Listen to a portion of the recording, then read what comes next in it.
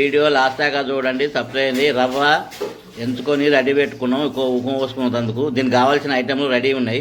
Stove అంటు పెట్టినాం. Stove పైన మట్టి కాంతులు పెట్టినాం. అందులో 2 చెంచాల నూనె పోసుకున్నాం. 1 చెంచాడు పోపిత్తులు, ఉల్లిగడ్డలు, మిర్చి, మిరపకాయలు వేసుకున్నాం. కొత్తిమీర, పుదీనా, క్యారెట్ తురుము, శనగపప్పు ముందుగానే నానబెట్టి రెడీ పెట్టుకున్నాం. 1 చెంచాడు ఇంగు, పచ్చివాసన మీద గోలియాలి. తగినంత ఉప్పు వేసుకోవాలి. ఇప్పుడు ఇందులో నీళ్ళు పోసుకున్నాం. నీళ్ళు బాగా మరగనివ్వాలి. ఇప్పుడు నీళ్ళు మరుగుతున్నాయి. రవ్వ పోసుకోవాలి. ఇప్పుడు ఇందులో రవ్వ పోసుకున్నాం.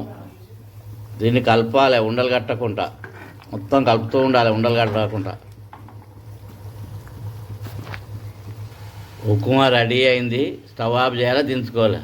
అబ్బా, వేడి వేడి ఉప్మా తింటే చాలా రుచిగా ఉంటుంది. ఇది మళ్ళీ కావాలనిపిస్తుంది. ఇది బొంబాయి రవ్వతో తయారు చేసిన ఉప్మా.